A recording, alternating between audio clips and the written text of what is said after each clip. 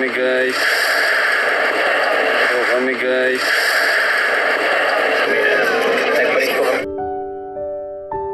Travel sa Jungkook at Team Kalingap papuntang Vietnam confirm na.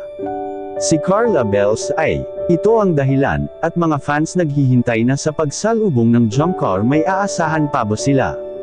Magandang araw at isang mapagpalang araw po sa inyong lahat mga Kalingap. Sanay hindi niyo po makalimutan na mag-like sa video na ito. At paunawa tapusin muna ang kabuuhan ng video na ito mga Kalingap at para malaman ang nilalaman nito. At maraming salamat po mga Kalingap sa pagpatuloy na pagsuporta. At paki-subscribe po mga Kalingap kay Kuya Val Santos Matubang at kay Ate Edna Vlogs at Rob Matubang, maraming salamat po. Pagpunta ng Jungkook at ang Team Kalingap sa Vietnam may aasahan pa ba ang mga fans? Ito ang dahilan, pero bago yun mga Kalingap ay pag-usapan muna natin mga Kalingap ang tungkol sa bakasyon ng Team Kalingap ngayon papunta sa Vietnam na kung saan patungo na nga sila sa airport mga Kalingap kaninang umaga. Naging palaisipan ito sa mga fans ng Jungkook dahil walang nakitang Carla ang sumama sa sinasakyan nila pa airport. Kapag nagkataon mga Kalingap, may maging epekto ba ito sa lakad ng Team Kalingap kung sakali na totoo talaga na si Carla ay hindi nakasama? Yan ang ating pag-uusapan ngayon mga Kalingap dahil ito ang mahalaga na dapat malaman ng mga viewers kung si Carla Bells ay nakasama ba talaga siya sa lakad ngayon.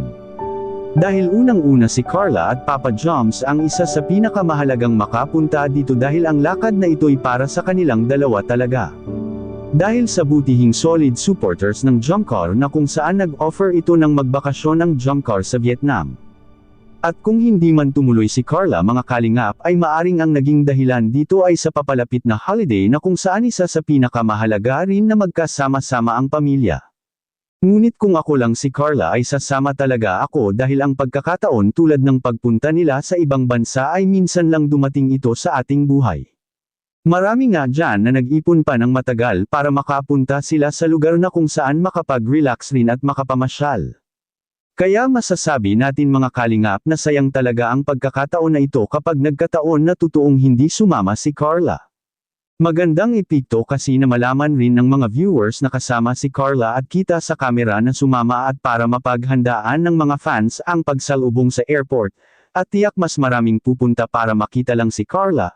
Dahil nangyari na nga noong nakaraang lakad nila mga Kalingap sa Singapore na kung saan hindi na umasa ang mga fans na kasama si Carla dahil sa prank na ginawa noon, at yan ang ating mapapansin sa makikita nating video. Ready na po kami guys.